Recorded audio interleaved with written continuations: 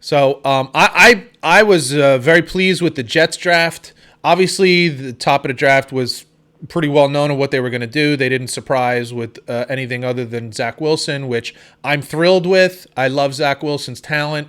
I love his ceiling. I think his ceiling is the highest of anybody that was in his draft. I don't care what any of these guys say about Trey Lance, Justin Fields, Trevor Lawrence. I think Zach Wilson's ceiling is the highest.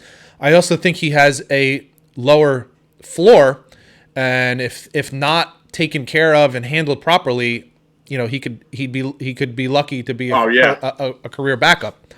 So along those lines, their second pick, at first, I was kind of like, what the hell? Because they traded, you know, they had the 22nd or 23rd pick in the first round, but they traded 2 third-round picks. Now, they did get a 6th back in return, but they traded 2 third-round picks to move up like 4, 5, 6 spots, whatever it was, to get Elijah. It might have been 9 spots. Was it that many? Which is a lot. But it's still 2 third-round. It's a lot. They gave up a lot to get Elijah Vera Tucker. And I was like, you know, this guy's probably recognized as the best guard, even though he did play tackle at USC this past season. He's expected to play guard, and he was recognized as the best guard in the draft. And you can say, well, it's a lot to give up for a guard. So, and that's how I felt at first. I'm like, man, they moved 2 third-round picks, which are, you're expecting third-round picks to likely be starters, definitely a lot of playing time, and those 2 picks are now gone. But then I said, man, they didn't give up 2 third-round picks for a guard. They gave up 2 third-round picks to solidify the left side of the line for the next 10 years. You now likely have an all-pro tackle and what could turn out to be an all-pro guard on the left side of your line for the next 10 years. So what you have now is Mangold and Ferguson. I know Mangold was a center, not a guard, but you have 2 guys on your line that are going to play 10 years. Well, you make a good point, because Mike LaFleur's offense, that Shanahan offense, that San Francisco offense, they love the wide zone. It's all based on a wide zone, which the easiest way to understand it is the running back is aiming for the left butt cheek of the tackle, or the right butt cheek of the tackle, depending on which direction he's going to. And the left side of the line in this offense is slightly more important than the right side, because they want to run the ball left so that they can play action off of that and boot back to the right for a right-handed quarterback. Not to say that they don't do it the other way, but they're going to do it more because you want to roll right with a right-handed quarterback. So now you have 2 excellent run-blocking linemen in your left tackle and left guard, and I think that'll actually make Conor McGregor a better not Conor McGregor. Colin McGregor, I think it was his name. A better center. I think that'll make him a more effective center. So from center to tackle on the left side, you'll be pretty solid. You'll be able to run the ball left and then play action off of it, which is everything that a rookie quarterback needs. The ability to have a good running game so you can go play action and not just drop back. And then I actually think the Jets had 2 steals in this draft, like 2 legitimate steals. So I'm okay with the Vera Tucker. I loved the player, but I'm okay. I became okay with the trade up, because it means more than just we got a really good guard. Right. We just finalized the left side of our line for 10 years, which, you know, is fantastic. But in the second round, they end up taking Elijah Moore, a receiver from Ole Miss, who, when we did our mock, I mentioned him as, not when we did our mock, when we did our positional, we talked about different players at positions. I said, dude, keep an eye on this kid. There's something about him. He's like super explosive. Let me give you some statistics on him. He led the country in yards per game. Dude, he had 149 yards receiving per game. And that's in the SEC against your Alabamas and Tennessees and Auburns and South Carolinas. Like, yeah, he's and at Ole Miss, it wasn't like he was a Georgia or something like that. Yeah, he did it. Yes, I think he's very much like a Tyreek Hill type. Don't compare. I'm not comparing him to Tyreek Hill. I'm saying the style.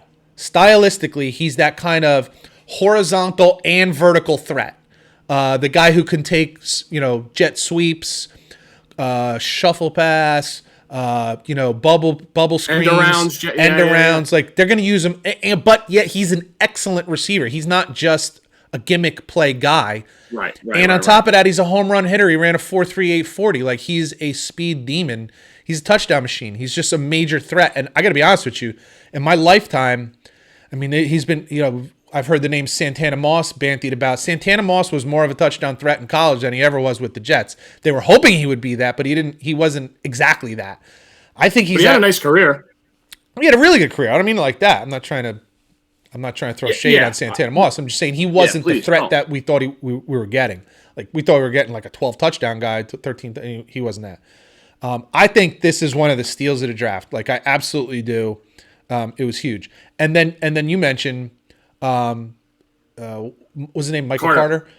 Yeah, Michael Carter. This guy averaged 8 yards per carry. Now, he's a little undersized, but he's an absolute stud. He's an absolute stud. And again, similar offense in college. I love the pick, and I think he's another steal. So I think they actually had 2 steals in this draft. And then, because I want to get, I'm like so excited to talk about something else more general about the Jets than just actual players. And then in their like 5th through 7th round picks, like, they took shots. I'll just say, like, they took shots. Like, they drafted a hyper aggressive safety that they're probably going to put at outside linebacker because he's, ultra aggressive, lots of speed, and they're going to use his athleticism. And see what then they picked a corner that they may end up putting at safety, and they took shots. And we talked about this a little. I talked about it with another friend, and I said, if one of these guys hits, it's a home run. Like, nobody's being judged on their 5th through 7th pick in the draft. Didn't you take another safety, Michael Carter? They took I don't know if he's a safety or a corner. Whatever. They got 2 Michael Carters. Then they took another guy who's a Florida State. I think it's Florida State safety who they're going to bring and play outside linebacker. Like, they're moving players around. They're looking at athletes and aggressive players and fast players and saying, we're going to use them in different ways. So I love the draft. So you went running back at Carter, and then you went safety, corner. A lot of versatility. And I don't think any of those guys, well, maybe the one, I think one was a corner from Kentucky. Yeah, Brandon Eagles. I think he's the only one that they'll keep at corner. All the rest of them, they're going to play at a different position. Hey, listen, there's no versatility, right? That's for sure. But I could say 2 things. Number one, Zach Wilson already has been given more than Sam Darnold was given in 3 years.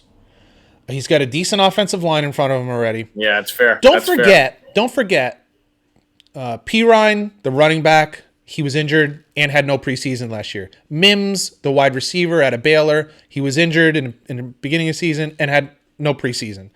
These guys are all going to have a full off season. I think they're better players than people know. I think Pirine actually can be a decent running back, and I think him and Carter together, you got a nice little 1-2 punch. I think Mims is a good player too. I do. I think Mims started the show. Like, he's a big target, deep threat, speed guy. Now you got Mims, you got Corey Davis, you got Elijah Moore, and I don't see any reason why you can't keep Jamison Crowder. He is not there. Him and Elijah Moore are not the same receiver. They play a similar position, but that's where it ends because they line up in a similar spot, but they're not the same player. Only if you had Kyle Pitts, man. What I can tell you is that what I'm most excited about is the culture and direction that I see, mainly from Joe Douglas, but also from Robert Saleh. I got to be honest with you, it's the first time probably since the Big Tuna was here, since Parcells was here, that I feel confident in just the direction of the team. I'm not talking about any specific players, although I am excited about specific players. I'm just looking at it and I'm saying, I love where they're going.